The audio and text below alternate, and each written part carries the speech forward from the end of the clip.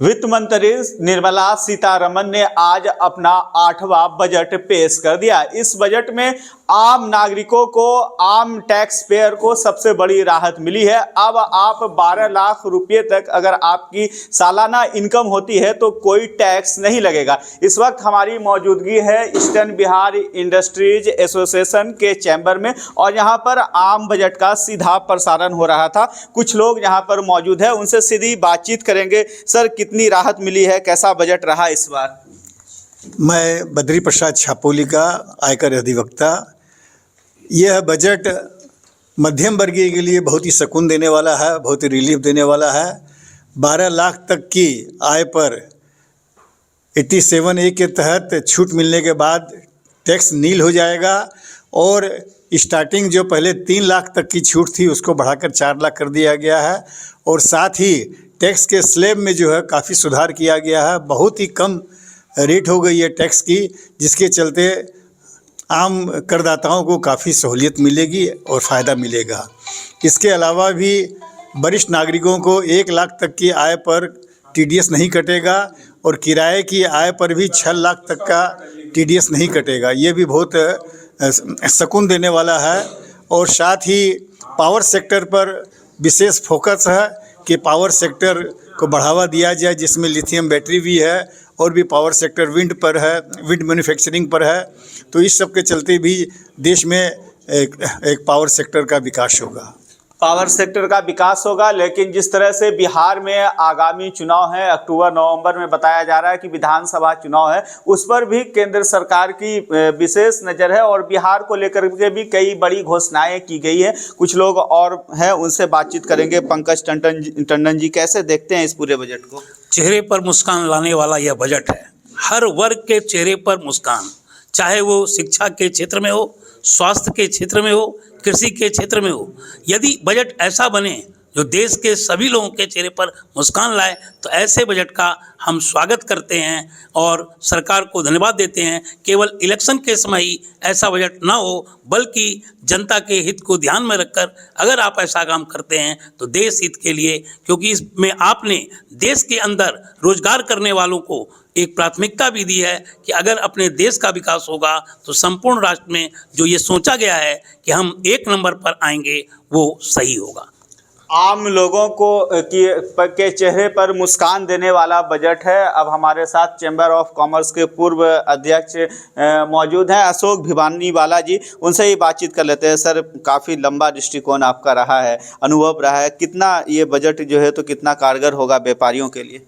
संक्षेप में इतना ही कहूँगा कि बहुआयामी और संतुलित बजट है, प्रशंसनीय है, स्वागत करते हैं। कृषि के साथ साथ यूरिया के उत्पादन पर जोर दिया गया है, जो हमारे देश की उन्नति की रीढ़ है। कृषि अगर उत्पादन होता है बढ़िया तो हमारी प्रगति का, आर्थिक प्रगति में बहुत बड़ा साधन है। और शिक्षा के इसमें जो दिया है, सीटें जो बढ़ाई है मेडिकल में और इंजीनियरिंग में, इससे हमारे नवयुवकों को बहुत राहत मिलेगी पढ़ने में और अच्छे अच्छे इंजीनियर और मेडिकल की जो ज़रूरतें हैं वो आगामी सालों में पूरी होगी बढ़िया से।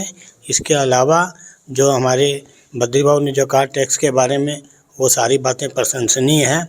खेल कूद के बारे में हमारा बजट शांत है, चुप है।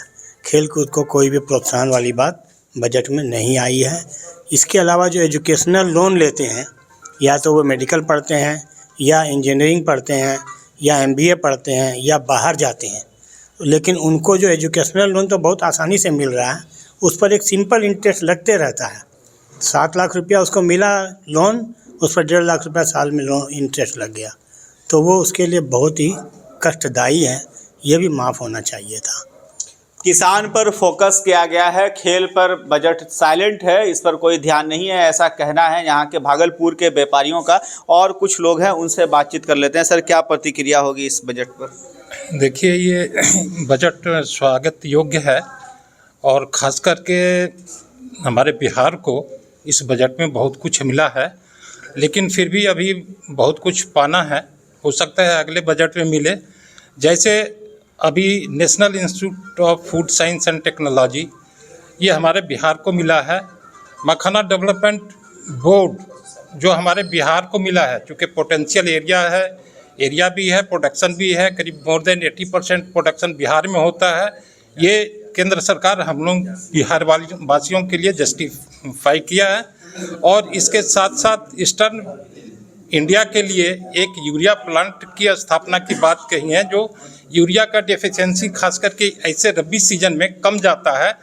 तो अगर यूरिया का बढ़ावा दे सरकार तो इसमें किसान को बहुत फ़ायदा होगा।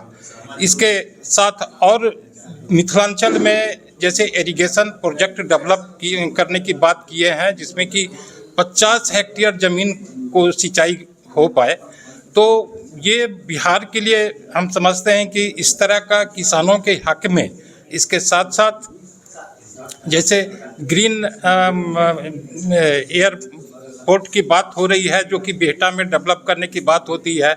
हम भागलपुर वासियों का बहुत दिनों से ये डिमांड रहा है कि हमारे यहाँ हवाई जहाज़ उड़ान भरने के लिए एक एयरपोर्ट हो, और इसके लिए हमारे स्टेट गवर्नमेंट का कैबिनेट से अप्रूव भी हो गया है कि हम गुराडी में जो है एक जगह देने जा रहे हैं। तो इस पर भी केंद्र सरकार को ध्यान देना चाहिए, चूँकि एक काफ़ी पोटेंशियल एरिया है बिजनेस के ख्याल से, एजुकेशन हब है और अच्छे हॉस्पिटल हैं, सुपर स्पेशलिटी हॉस्पिटल भी खुला हुआ है, जिसमें अच्छे डॉक्टर्स को आने के लिए यहाँ पर एक हवाई जहाज़ का सुविधा होना चाहिए। नाम बता दीजिए sir. Doctor Revati Raman Singh, ex dean agriculture, BAU Sabour, Bhagalpur. तो ये अभी हम आपको भागलपुर के व्यापारियों की प्रतिक्रिया दिखा रहे हैं, आम लोगों की प्रतिक्रिया दिखा रहे हैं, और इस वक्त हमारी मौजूदगी है ईस्टर्न बिहार इंडस्ट्रीज एसोसिएशन के कार्यालय में, जो भागलपुर में है। कई तरह की बातें हो रही है यहाँ पर, कुछ लोग और लोग हैं, उनसे भी सीधी बातचीत करेंगे कि क्या बजट में खास रहा। सर, कैसे देखते हैं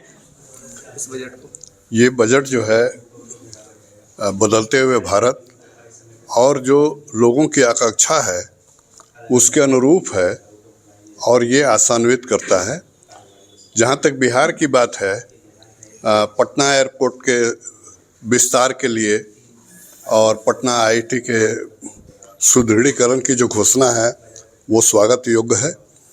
और जो मैं महत्वपूर्ण समझता हूँ, जो भारत को ऊपर ले जाने के लिए जो AI की बात होती है, उसके लिए भी बजट में अच्छा प्रावधान किया गया है और रिसर्चर्स पर जोर दिया गया है।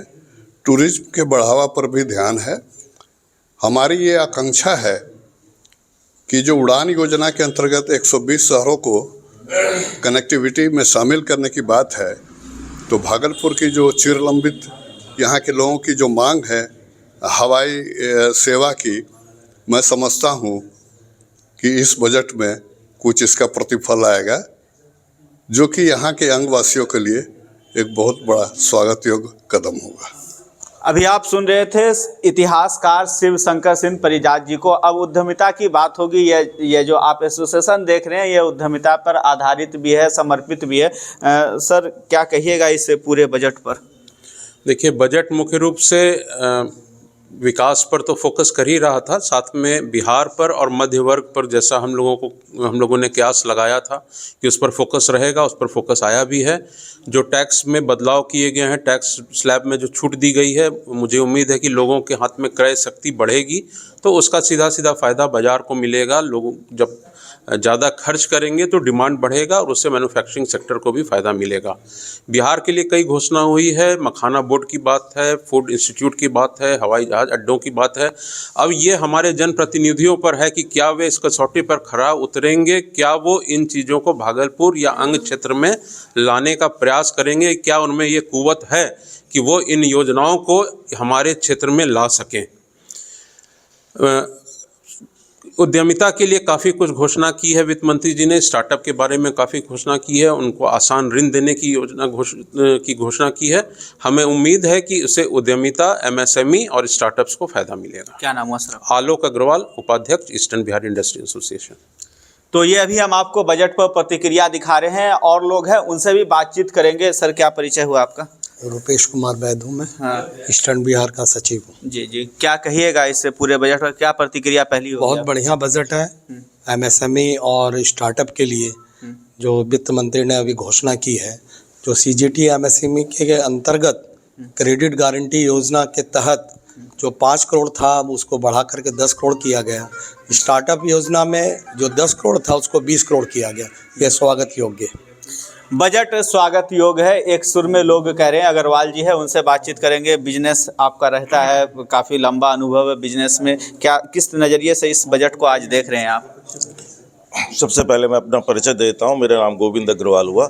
मैं ईस्टर्न बिहार इंडस्ट्री एसोसिएशन का अध्यक्ष हूं। और आज का जो बजट है, मेरे को लगता है आम बजट आम आदमी के लिए ही है। बजट तो हम बहुत सालों से देखते आ रहे हैं, लेकिन जो आप ये आकांक्षाएं थी लोगों की कि भाई इनकम टैक्स एक बहुत बड़ा मुद्दा होता है लोगों का, कि भाई टैक्स में बहुत पैसे जाते हैं। लोगों की आकांक्षाएं थी कि 5 से 7 लाख से 10 लाख किया जाएगा, और ये 12 लाख सुन के मेरे को लगता है कि सभी लोगों का मन बहुत यहाँ पर खुश हो गया। और ये पूरे हिंदुस्तान की बात है, सिर्फ भागलपुर की बात नहीं है। और बिहार की जहाँ तक बात करें हम लोग, बिहार को लगता है इस बजट में कुछ विशेष ऊपर अपने फाइनेंस मिनिस्ट्री का कुछ हाथ है, और उनका ध्यान है कि बिहार को ज़्यादा फोकस किया गया।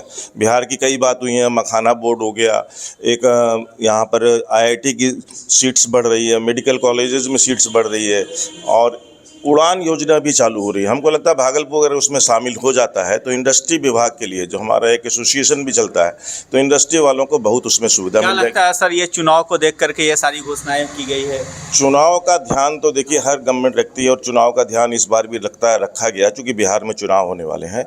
तो उनसे हम उस पॉलिटिक्स में कोई नई बात करना चाहते हैं। हमको देखते हैं हमको डायरेक्टली क्या फ़ायदा हो रहा है। पब्लिक को जो फ़ायदा हो रहा था हमारे लिए वही बेनिफिशियल होता है। तो मुझे लगता है कि बिहार का इसमें विशेष ध्यान रखा गया, और ये पूरे अगर तौर पे देखा जाए तो बजट बहुत अच्छा है।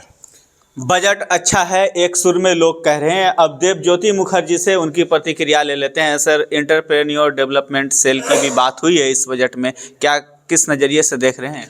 देखिए, ये बजट लास्ट 5-6 बजट से अलग इसलिए है कि लास्ट 5-6 बजट देखिएगा कि इस साल बजट पेश हो रहा है, उसका कुछ कंटिन्यूएशन पिछला बजट के साथ नहीं है। This is the first time कि फिस्कल डिफिसिट 4.8 टारगेट करके 31 लाख हमारे पास जमा आ रहे हैं, 31 लाख करोड़, और 37 लाख करोड़ हम खर्चा करेंगे। ये जो लास्ट ईयर के साथ कंटिन्यूएशन लेके आ रहे हैं, ये हमको अच्छा लगा। बाकी लोक लुभावन बजट है, और 12 लाख तक इनकम टैक्स फ्री है, ये सोचा ही नहीं जा गया था।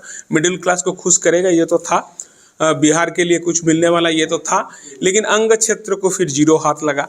अभी धन धान्य किसान योजना का 100 डिस्ट्रिक्ट में अगर भागलपुर आ पाए तो हो सकता है कुछ मिले, लेकिन हमारे लिए संभावना जग गया एग्रीकल्चर यूनिवर्सिटी लेके, क्योंकि अभी मखाना बोर्ड बन रहे हैं, अभी यहाँ MSME सेंटर पटना में एक बड़ा रूप में रिसर्च सेंटर बन रहे हैं। अगर इसमें इंस्ट्रूमेंटल BAU बन सके तो अंग क्षेत्र एक बहुत बड़ा रूप में सामने उभर सकता है। तो हम लोग अब आशा देखेंगे उनके प्रति कि BAU इसको कैसे इंस्ट्रूमेंटल होते हैं और कैसे इसको लाभ उठाते हैं। लेकिन 2-3 चीज़ जो बोलना बहुत ज़रूरी है कि माइक्रो एंटरप्रेन्योर को 5 लाख तक क्रेडिट कार्ड देना, ये एक बड़ी बात है।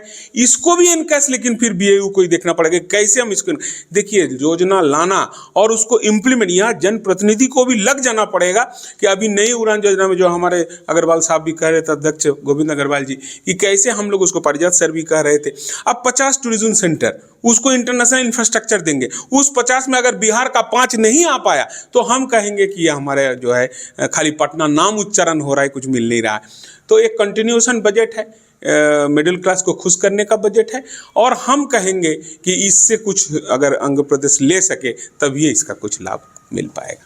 तो ये अभी हम आपको भागलपुर से बजट पर मिलीजुली प्रतिक्रिया सुना रहे थे। लोगों ने क्या कुछ कहा, ये सारी बात आपको हम दिखा रहे थे, सुना रहे थे। बजट, लोगों का कहना है कि ये बजट आम लोगों के लिए हितकारी बजट है, लेकिन जिस तरह से उम्मीद की गई थी टैक्स को लेकर के 12 लाख रुपये तक की टैक्स फ्री होगी, ये सबसे बड़ी बात इस बजट में वित्त मंत्री ने घोषणा की है। अब देखने वाली बात होगी कि बिहार के लिए जो घोषणाएं की गई है, उन घोषणाओं पर हमारे जनप्रतिनिधि कितना खरे उतरते हैं। मैं अपने सहयोगी के साथ सैयद इनामुद्दीन, भागलपुर।